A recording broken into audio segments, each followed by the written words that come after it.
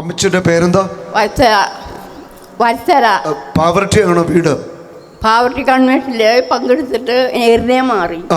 അമ്മച്ചിക്ക് ഹെർണിയ ആയിരുന്നു. പാവർട്ടി കൺവെൻഷനിൽ അമ്മച്ചി പങ്കെടുത്തു.